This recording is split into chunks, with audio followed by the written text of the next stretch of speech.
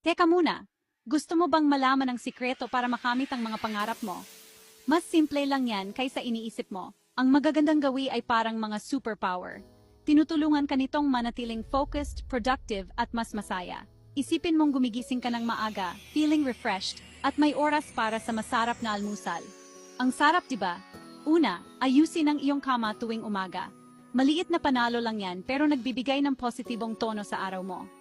Sunod, uminom ng isang basong tubig pagkagising mo. Pinapagana nito ang iyong metabolism at naiwasang ma-dehydrate. Isulat ang isang bagay na gusto mong makamit kada araw. Pwedeng simple lang tulad ng pagtatapos ng homework. O kaya naman malaking bagay tulad ng pagsisimula ng bagong hobby. Kailangan ng utak mo ng oras para mag-recharge. Panghuli, palibutan ang sarili mo ng positive vibes.